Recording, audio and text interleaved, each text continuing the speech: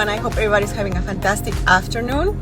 I'm here waiting for some package to be delivered, and they told me that it's gonna take 5 minutes. So I'm in YouTube. Certain people, are just starting the raw vegan diet, and they ask, please make a video, give us examples what to eat. There are plenty of channels that talk about it. There are plenty of blogs talking about it. There are plenty of raw vegan coaches, influencers talking about it. But if I can bring something to the table, is the fact that you need to know what you're doing. That's the best advice that I can give you. You need to know what you're putting in your body in terms of calories. You need to know your basic measurements, like your height, your weight, your body mass index.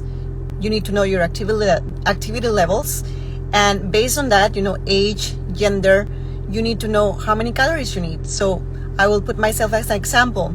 I measure 160, 1 meter, 60 centimeters, which it will be equivalent of 5 feet, 3 inches. And my weight oscillates between 110 pounds to 120. In the winter, I gain some weight. In the summer, I lose weight. So it's always like that. I try to keep it that way. And my body mass index, according to those measurements, and you can calculate it online. There are so many formulas online. My body mass index is in the healthy range. So the healthy body mass index for a woman is between 18.5 to 23.5, something like that. So mine is between 21 and 22. So I'm right in the middle.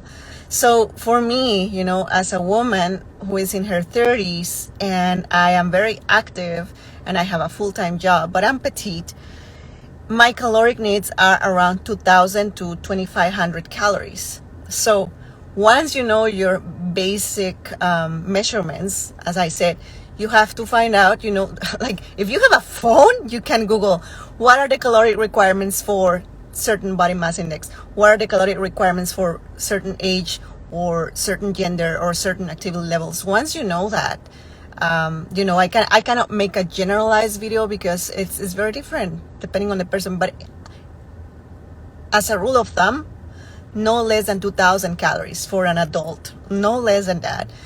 You will be surprised how many people are under eating because they don't know the basic principles of knowing yourself.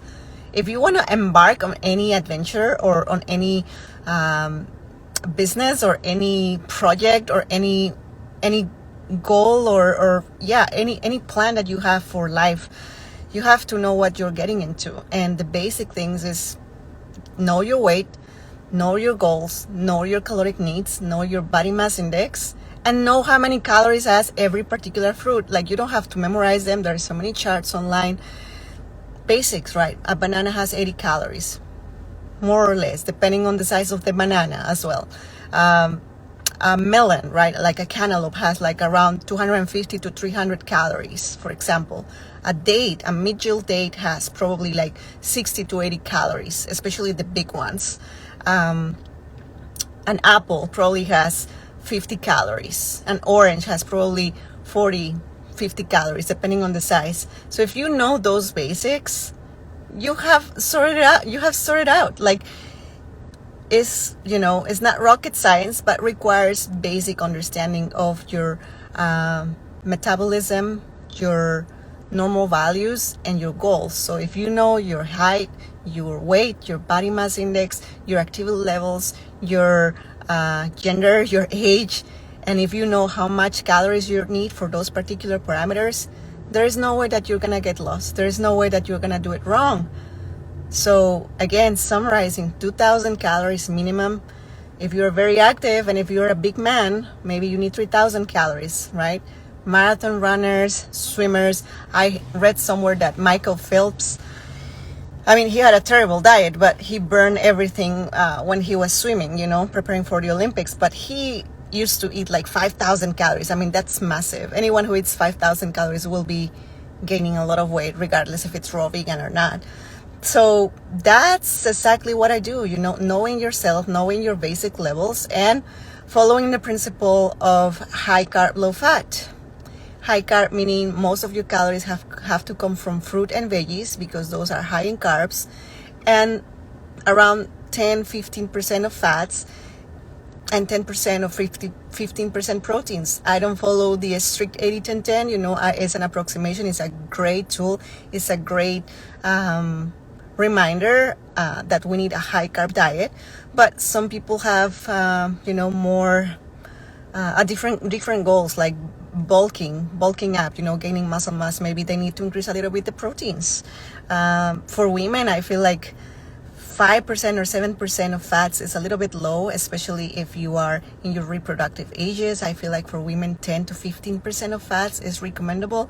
I'm not going to argue, or contradict anyone. It's just my impression. I do better when my fat intake is around 10 to 15%. When I'm running, definitely I do better when I do low fat, but I'm not in a competition, for sports, for sure. You need like a very fluid, how can I say, very liquid blood, so to speak, because fat makes blood thicker.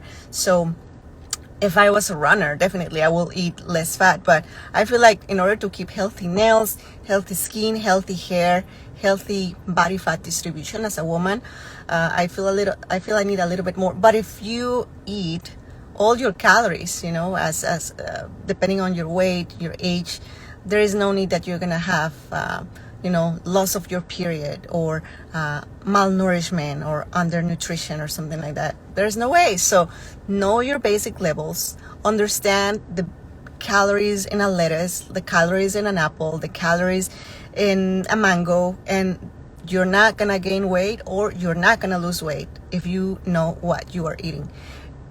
Not many people do it. It requires discipline, it requires interest, it requires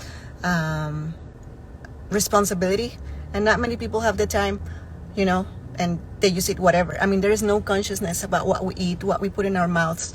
There's no consciousness about it. But if you really want to develop the consciousness of health, especially in the raw vegan lifestyle, you need to be aware of the amount of calories you're eating, from where it's coming, according to your body, requirements. That's at the beginning. Once you learn, once you kind of intuitively know what you're eating, I no longer count calories. I know exactly when I need to refill. I know exactly when I need to stop eating, things like that. Not that I'm perfect, not that I never overeat or things like that. Of course I do. I'm a human. Sometimes I'm stressed out, and that's when I, tend to gain a little bit of weight. For example, in the winter, and the only parameter that I know is, my clothes is a little bit tighter, and that's when I have to decrease a little bit my calories, and that's it. But that's the beauty of raw veganism. It allows you to control your weight easily. It's not like the yo-yo thing. I mean, oscillation in weight is normal, but it's not something that you're gonna struggle for the rest of your life when you eat this way. Let's see if you have any questions here or comments. Please, you are busy with work. Can I ask, please, what you eat while working? Yeah, when I work, but it's a big lunch bag, and the night before I prepare chopped fruit, and maybe some bars or something like that, like nut bars, but not much. That's like most of my fat intake. Like, for example, today I had a full cantaloupe, I had a full big mango, I had two bananas, I had a smoothie with frozen bananas, and I think I put some smoked coffee, which is dandelion tea. So to have that chocolatey coffee flavor, but it's actually dandelion tea. And I put some dates to sweeten that up, and I put some raw pumpkin seeds as protein. What else I had? I had cantaloupe, a papaya. So counting all of that is approximately 1,500 to 1,800 calories, what I had in the morning. And I also had a raw bar with cashews and dates. And then from there, I'm gonna go home and I'm gonna prepare a salad, and that will be my dinner. So that's what I do. It's very simple. It depends every day. Sometimes I have watermelon, sometimes I have mango, sometimes I have oranges, sometimes I have, depending what is on season. I am very practical. Fruit and fruit juices. Fruit juices, Depending, if you are trying to resolve diabetes, I wouldn't recommend fruit juices because it's similar to Coca-Cola. Of course, it's not the same, but the effect of the insulin spikes and sugar spikes in diabetic persons, I wouldn't recommend fruit juices. Green juices, perfectly fine, but fruit should be eaten alone and not in juices, especially in people with some sort of metabolic disturbance. It seems like the line is over, so I'm gonna head over there and I'm gonna finish this video. It's so hard to be raw vegan in New York State. Well, for me in rural areas, it's nice to live in a bigger city for sure. Yeah, you can either move in a bigger city or you can go to the south. I mean, I know that is not easy for everyone, but if you really want to improve your health, you have to take into account what is stopping you. Is it work? Is it family? What would be better if you move down? If you have the means to do that, I would definitely move to a tropical weather because we're not designed to live in cold weather, for sure. Trying to transition from vegan to raw vegan, what's your suggestion for getting rid of coffee? Oh, you know what? I have a video about it. If you go to my YouTube channel, I have how to get rid of coffee and watch it. It's, that's what I did. I transitioned because I didn't do it cold turkey. It was kind of impossible for me because the addiction was so strong. So I recommend step by step what to do, and check it out. It's called How to Quit Coffee. So yeah, I will catch up later with you. Thank you for listening and see you later.